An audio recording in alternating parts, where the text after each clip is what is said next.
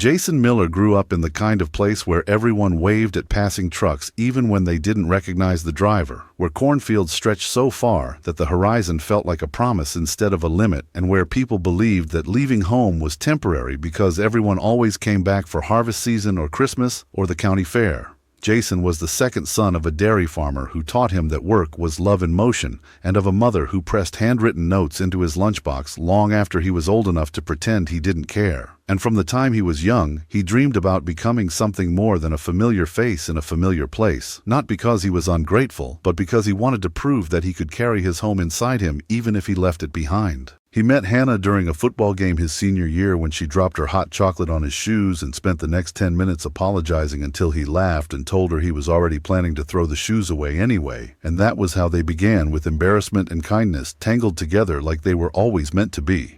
When he told her he was joining the army, she didn't try to stop him, but she did start writing him letters even before he left, as if she was practicing how to stay close when distance arrived. And when he finally boarded the bus, she slipped a folded page into his hand and said, "Don't read it until you're gone." And he didn't open it until he was sitting alone on a hard plastic seat watching Iowa disappear behind him. During basic training, he learned to shoot straight and march long and stay quiet when his body wanted to quit, but what kept him steady was not discipline. It was the ritual he built with Hannah, because every week he sat on his bunk under dim lights and wrote her about the smell of oil and sweat in the barracks, about the way the drill sergeant pretended not to care when someone succeeded, about the strange brotherhood that forms when you are all equally exhausted and equally afraid of failing. And Hannah wrote back with stories about the weather, about the dog that waited by the mailbox, about how his mother baked too much bread because empty kitchens felt wrong to her now. And those letters were not just communication. They were proof that he still existed outside of training fields and schedules. When he deployed to Iraq, the letters became heavier because he wrote less about routine and more about meaning, about the way the desert sun erased color from everything, about the way laughter felt rebellious in a place where nothing was guaranteed, and about how he counted days not by calendars but by envelopes. And Hannah kept pace with him, writing about small ordinary things on purpose because she believed ordinary was sacred when everything else was unpredictable. And she sent him photos of sunsets from the porch of his childhood home, telling him she was keeping his view safe.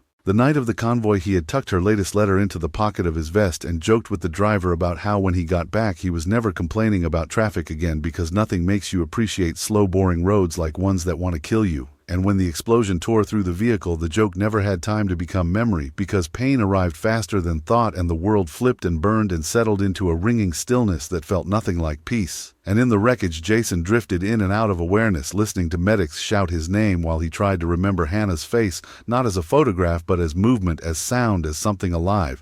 And when someone finally placed a pen in his hand, he did not think about grammar or completeness. He only thought about truth and wrote the one sentence that mattered. "I was on my way back to you," and that line was the last bridge he ever built between the war and the life waiting at home.